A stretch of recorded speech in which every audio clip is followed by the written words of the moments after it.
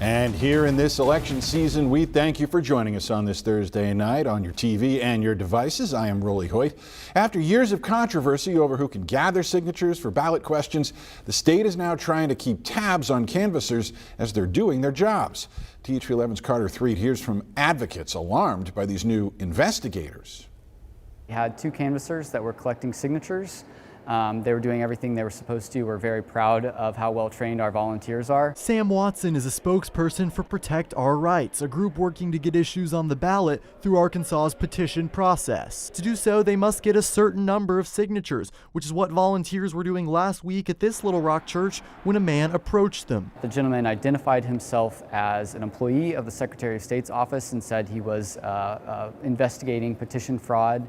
And asked to take pictures of their IDs. Julia Taylor was one of those volunteers. She told me via email that it's hard to be a volunteer canvasser and to recruit others, and this incident might make it harder. The Secretary of State's office now has their driver's licenses. We feel that the government shouldn't be sending people, we're not really sure what legal authority this gentleman had to ask for those IDs, and so it's a concerning development. I reached out to the Secretary of State's office to ask.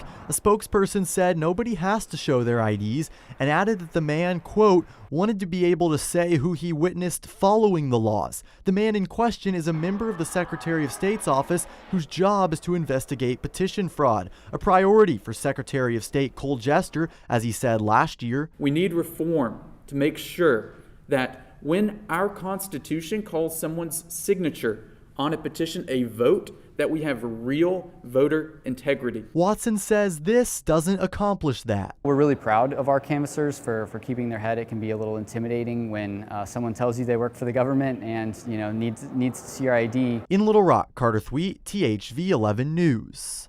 Carter, thank you. That request to see an ID is notable since a new law requiring canvassers to check IDs of people signing their petitions has been put on hold by a federal judge. As of today, a canvasser needs you to confirm you are an Arkansas voter, that you sign your name, and they have a copy of the full ballot question for you to read if you want it.